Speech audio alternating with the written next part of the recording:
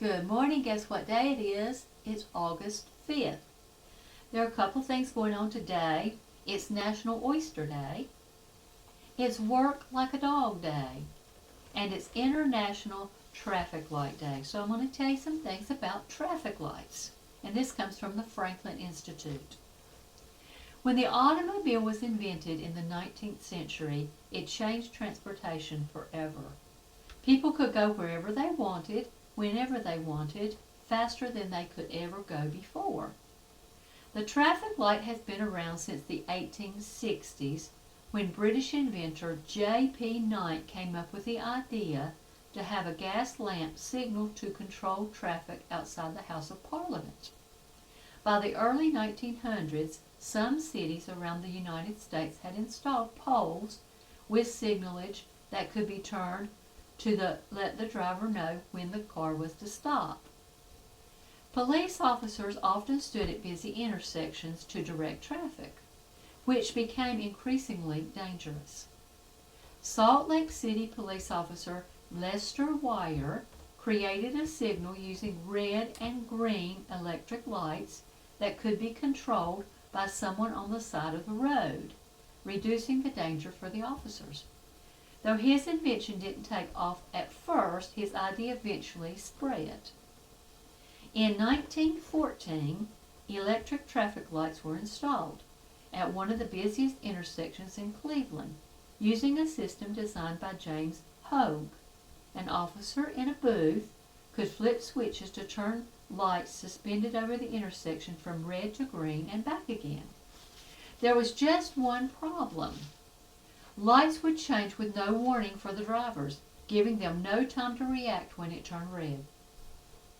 William Potts, another police officer, came up with the idea of adding a third light, alerting the drivers that the signal would soon turn red.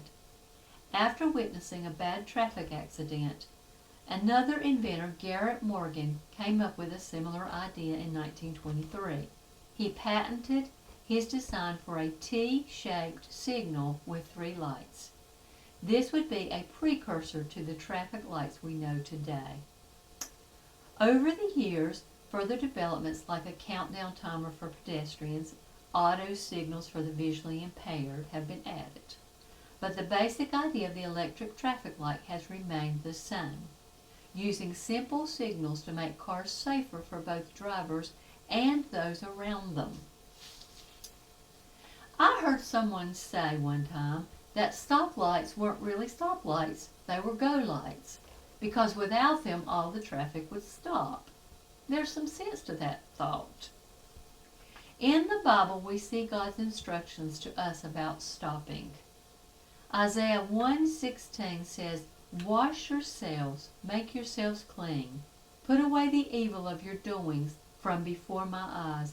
Cease to do evil." So stop sinning.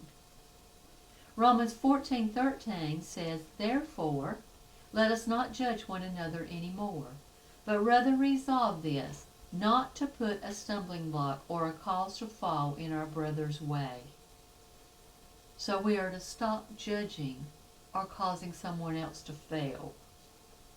The Bible also gives us instructions about caution. 1 Peter 5:8 says, "Be sober, be vigilant, because your adversary the devil walks about like a roaring lion, seeking whom he may devour." So Satan is out to get you, so be cautious. 1 John 4:1 says, "Beloved, do not believe every spirit, but test the spirits whether they are of God, because many false prophets have gone out into the world."